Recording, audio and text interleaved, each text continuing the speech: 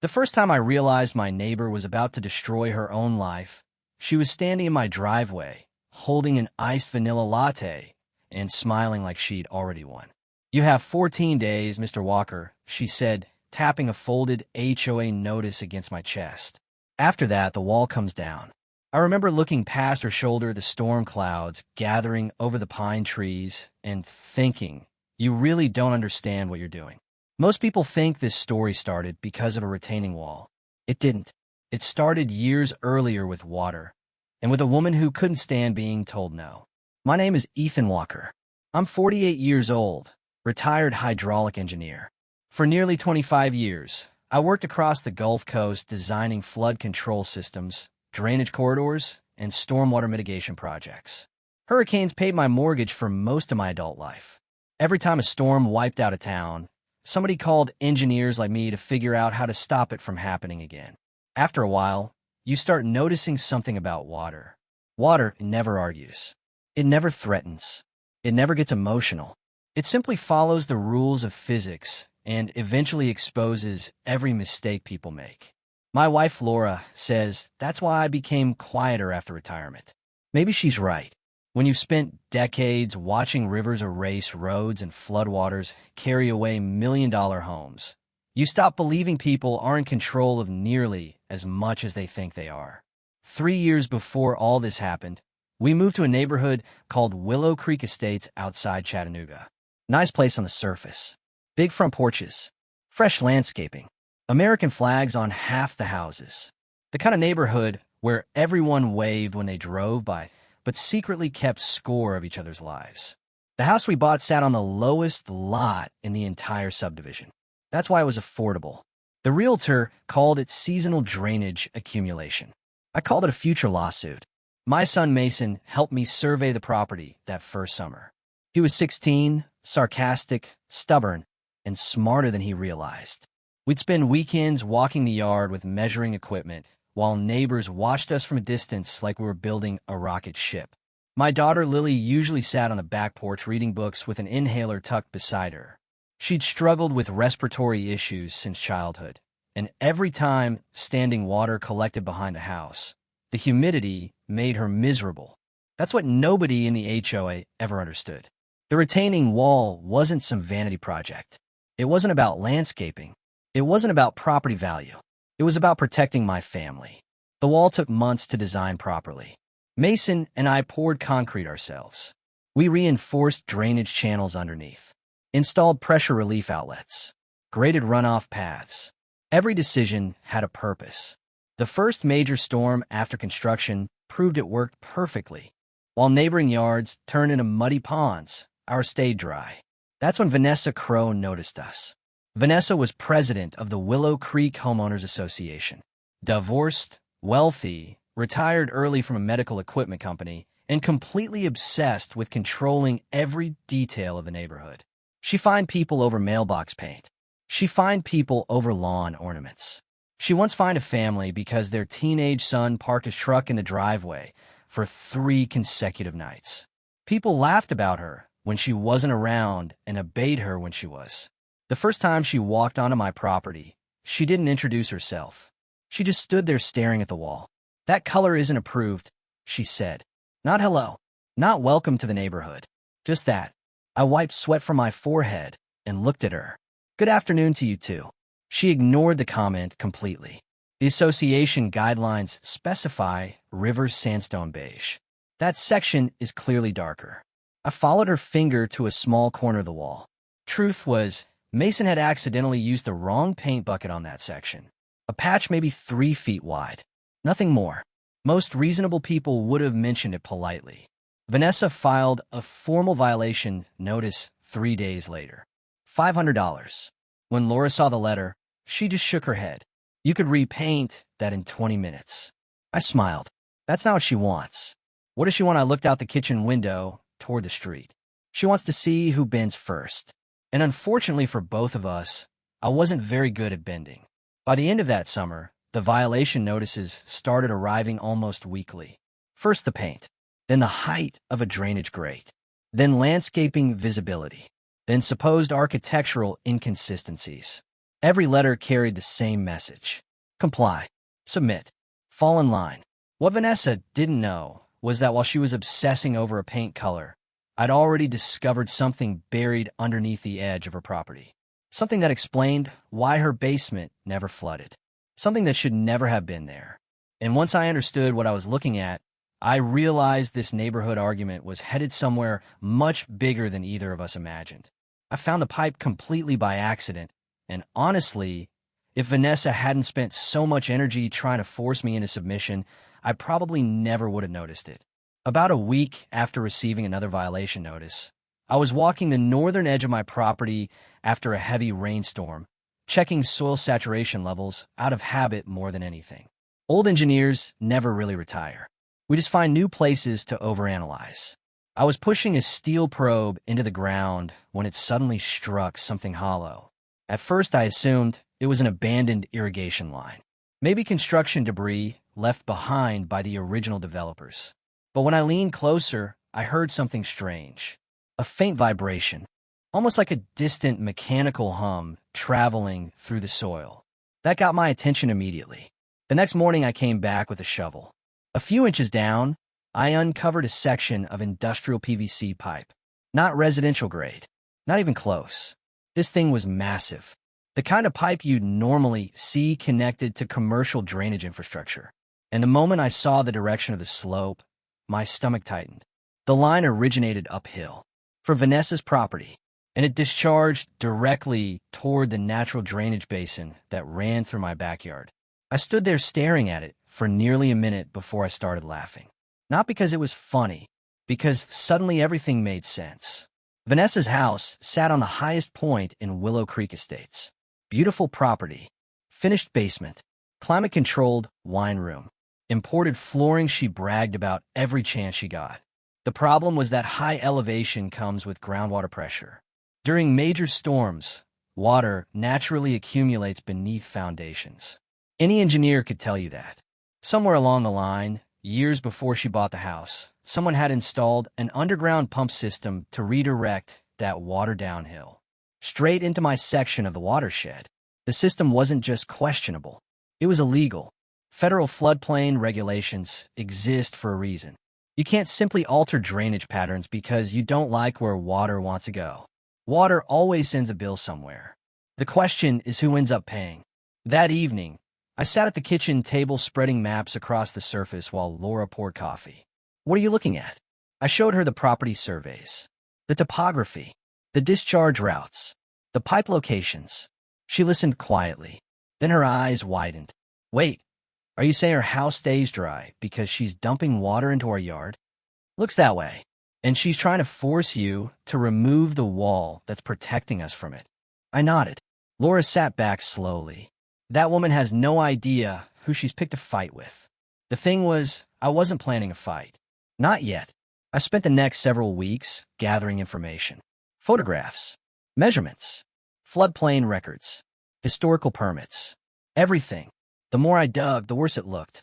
No permits, no engineering approvals, no environmental reviews, nothing.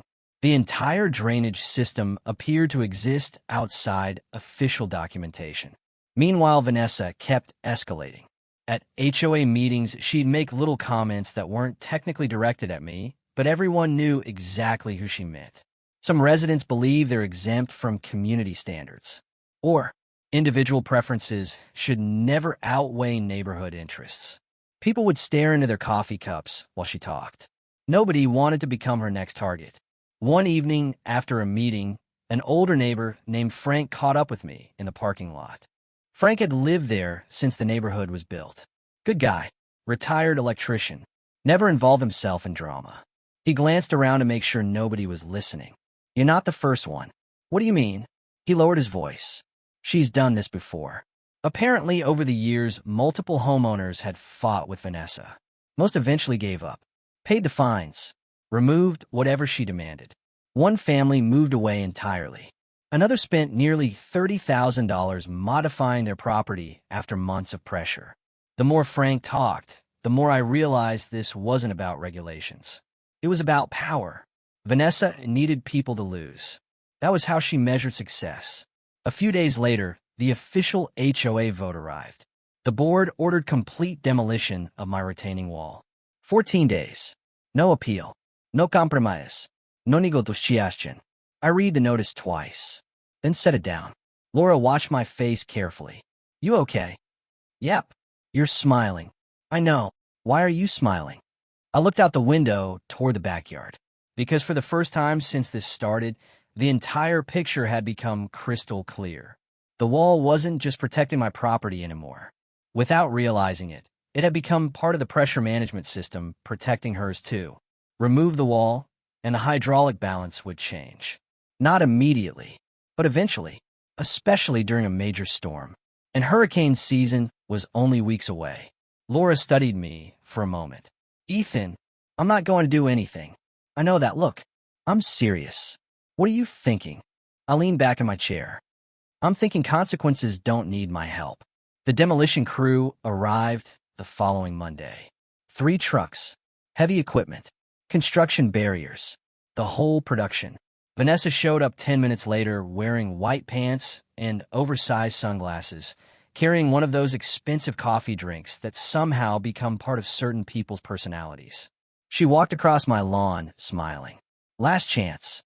I looked at her. Last chance for what? To avoid this. I almost laughed. Instead, I reached into a folder. Before your contractors begin, I need a signature. Her smile faltered slightly. A signature. Liability acknowledgement. The attorney, standing beside her, immediately stepped forward. Young guy. Couldn't have been older than 27. The second he started reading the document, his expression changed. Not panic. Concern. Real concern. Ms. Crow, he said carefully, we should probably review. She grabbed the paper from his hands. Oh, for heaven's sake.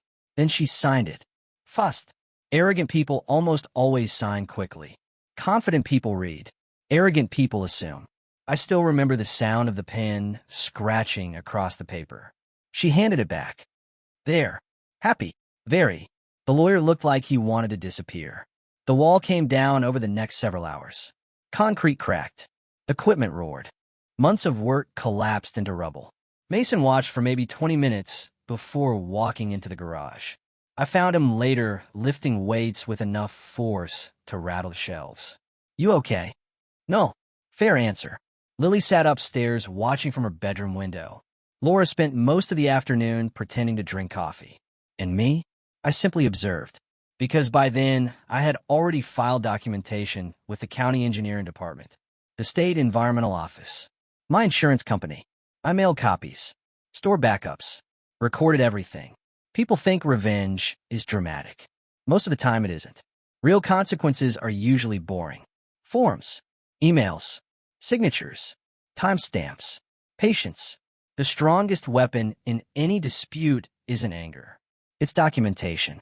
About 10 days after the demolition, Vanessa announced she was hosting the annual Willow Creek Summer Gala, the biggest social event of the year. Live music, caterers, wine tents, the whole suburban spectacle. Laura asked if we were really planning to attend. Absolutely. Why? I glanced toward the weather report playing on the television. A tropical system in the Atlantic had strengthened unexpectedly overnight. Meteorologists were beginning to look nervous. I recognized that look immediately. Engineers and meteorologists get the same expression when they know something bad is coming but aren't sure exactly how bad yet. The storm had already been upgraded twice. Forecast models kept shifting west. Closer, closer, closer. I looked back at Laura. Because I want a front row seat. The night of the gala felt wrong from the moment we arrived. The air was heavy. The wind carried that strange stillness that often arrives before major storms. String lights glowed across Vanessa's backyard while guests laughed and sipped wine. But beyond the trees, the horizon looked darker than it should have, like something enormous was gathering just out of sight. Vanessa moved through the crowd like a queen celebrating a victory. Every conversation somehow circled back to property values, neighborhood standards, and responsible leadership. At one point, she placed a hand on my shoulder. No hard feelings, Ethan. I looked toward the distant clouds. Of course not. Sometimes rules exist for a reason. I nodded. Sometimes barriers do too. She laughed, completely missing what I meant. Then around 9:30, my phone buzzed. A message from an old colleague at the county engineering office. One sentence. The hurricane just shifted. Direct impact, likely. Less than 24 hours. I slipped the phone back into my pocket and stared down the hill where floodwater always traveled during storms. For the first time all evening, I genuinely felt sorry for everyone standing in that backyard, because they were celebrating the removal of the very thing that had been protecting them. The hurricane arrived a little after 2 in the morning, and I knew the exact second everything changed because the house shook in a way that had nothing to do with wind. Laura sat upright beside me as rain hammered against the windows so hard it sounded like handfuls of gravel being thrown from the sky. "What was that?" she whispered. I didn't answer. Not because I didn't know. Because I did. I walked to the hallway window and looked out over Willow Creek Estates. The neighborhood was disappearing, street by street. Darkness swallowed entire blocks as transformers exploded in flashes of blue light beyond the trees. Water raced down the roads in sheets. Gutters overflowed. Retention ponds vanished beneath the rain. Then I saw it. Water erupting from beneath Vanessa Crow's house. Not around it. Under it. My stomach sank. Even after everything, I didn't feel satisfaction. I felt dread. Because once nature decides to collect a debt, it rarely stops with one person. The underground pump system had reversed under pressure. The retaining wall that had unknowingly helped stabilize runoff patterns was gone. Water that had spent years being redirected suddenly had nowhere safe to go, and now was finding every path available. By sunrise, the neighborhood looked like a disaster zone. Mud-covered driveways. Trash cans floated through intersections. Patio furniture sat tangled against mailboxes. The smell hit first. Floodwater has a smell you never forget. Mud, sewage, gasoline, rotting vegetation. A mixture of everything people spend their lives pretending they can control. Mason stepped onto the porch beside me and stared downhill. Holy crap. That was about the most accurate engineering assessment available at the time. Vanessa's basement windows had blown outward. Brown water surged through the lower level of the house. The elegant backyard that had hosted hundreds of guests less than 12 hours earlier looked like a swamp. Tables were overturned. Decorations floated in standing water. The dance floor sat half-submerged beneath mud. Then came the screaming. Vanessa stumbled out of her front door, soaked from head to toe, yelling before emergency crews had even unloaded their equipment. It was him. She pointed directly at my house. He caused this. The firefighters exchanged confused looks. Disaster scenes attract accusations the same way lights attract insects. But Vanessa kept going. He knew this would happen. Technically speaking, she was right. I didn't know. I just wasn't the one who created the problem. County inspectors began arriving later that morning. One of them was a gray-haired environmental compliance officer named Richard Hale. The kind of man who looked like he'd spent 40 years listening to bad excuses. He walked the property line with me while rain continued dripping from the trees. "You have documentation?" he asked. I handed him the folder. Every photograph, every survey, every drainage map, every notice, every certified letter, every timestamp. Richard flipped through the pages quietly. Then he stopped at the liability acknowledgement bearing Vanessa's signature. He adjusted his glasses. She signed this voluntarily? Right there in my driveway. He stared at the document for several seconds, then looked toward the damaged house. The question he asked next changed everything. Where are the permits for the discharge system? Across the yard, Vanessa froze. Completely froze. It was the first time since I'd met her that she didn't have an answer ready. "What discharge system?" she snapped. Richard didn't even look up. "Ma'am, we've already located multiple unauthorized drainage lines beneath your property." Silence. Not complete silence. Rain was still falling. Generators were running. Emergency crews were moving around. But for Vanessa, everything became silent. You could see on her face. That exact moment when someone realizes a problem they've ignored for years has finally become impossible to hide. Her attorney arrived shortly afterward. Different lawyer this time. Older. More experienced. Unfortunately for him, experience only helps when facts are on your side. By noon, Investigators had uncovered most of the underground infrastructure.